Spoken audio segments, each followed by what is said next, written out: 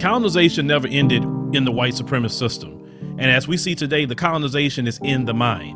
Now, those who have been enslaved and those who have been colonized, we're still dealing with the remnants of that through the colonization of the mind. Pick up my book, 7 Steps to Decolonize the Mind, and we will help deprogram you from the colonization that was put upon you by generations and generations of white supremacy. You can pick it up today on Amazon.com.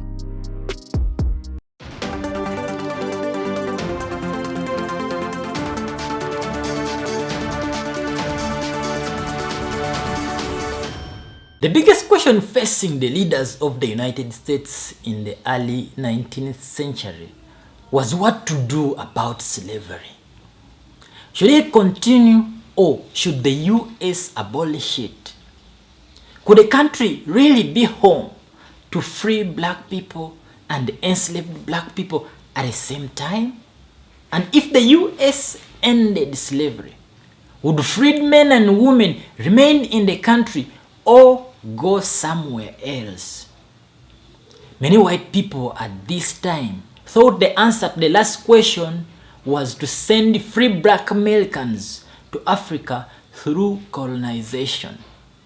Starting in 1816, the African Colonization Society, which counted future presidents James Monroe and Andrew Jackson among its members, sought to create a colony in Africa for this purpose. This was 50 years before the US would abolish slavery. Over the next 3 decades, the society secured land in West Africa and shipped people to the colony, which became the nation of Liberia in 1847. The society spent its first few years trying to secure land in West Africa. In 1821, it made a deal with local West African leaders to establish a colony at Cape Mesolado. The strip of land was only 36 miles long and 3 miles wide. Today, Liberia stretches over 38,250 square miles. The society began sending free people, often groups of families, to the colony. Over the next 40 years, upwards of 12,000 freeborn and formerly enslaved black Americans emigrated to Liberia. The American Colonization Society was distinct for black-led Back to Africa movement that urged black Americans could only escape from slavery and discrimination by establishing their own homeland. Says Osman Power Green, historian professor at Clark University and author of Against Wind and Tide. The African American struggle against the colonization movement, though some free black Americans may have supported the society's mission, there were also plenty who criticized it.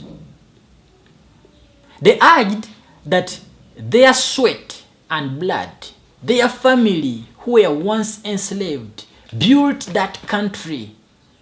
So therefore, they had just as much rights to be there and be citizens in the US.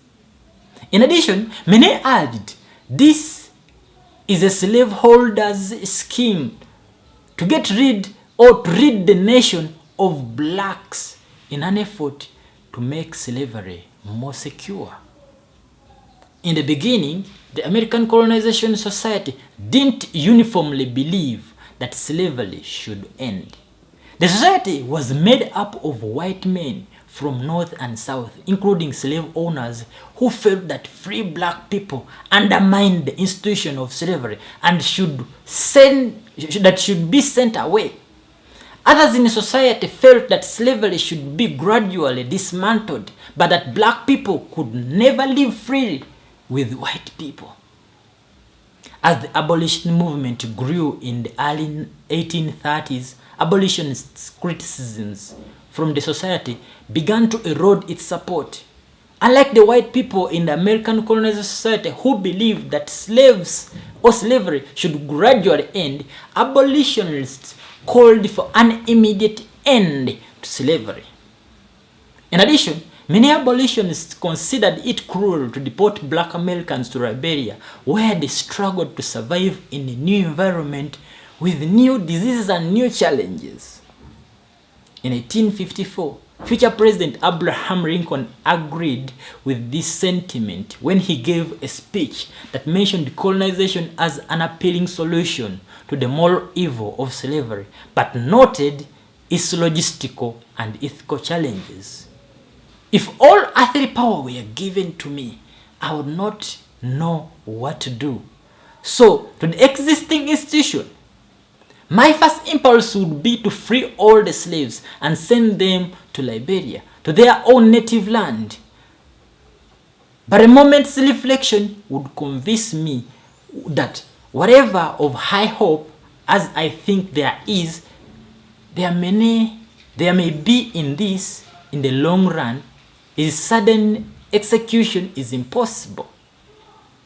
If they were all landed there in a day, they would all perish in the next 10 days, and there are not enough shipping and surplus money in the world to carry them there in many times 10 days.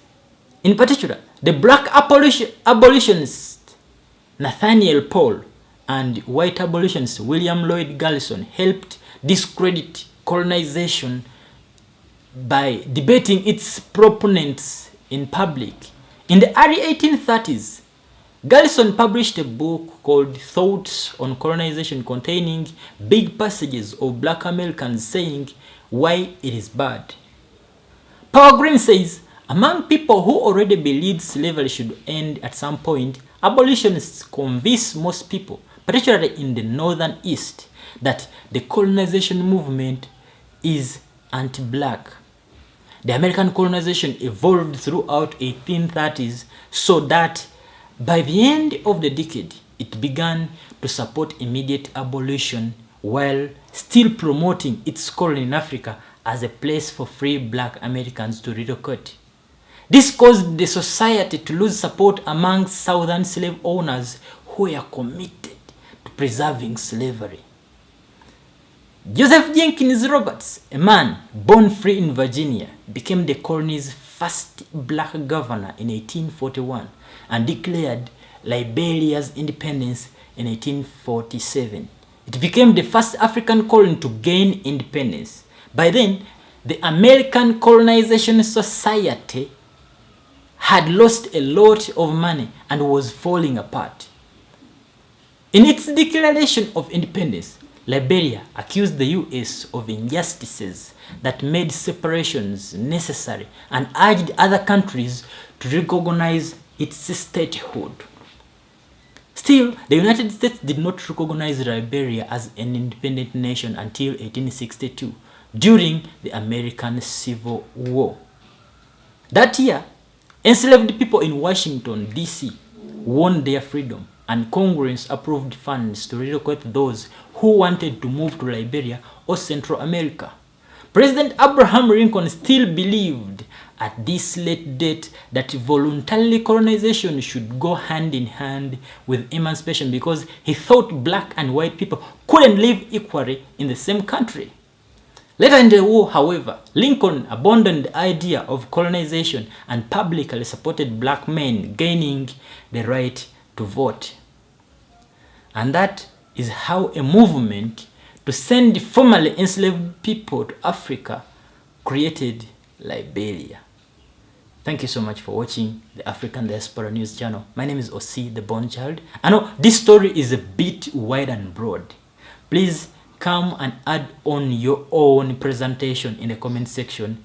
I'll be there to reply, or actually to pick a leaf from your beliefs. Until next time, see you. Love you all. Bye-bye.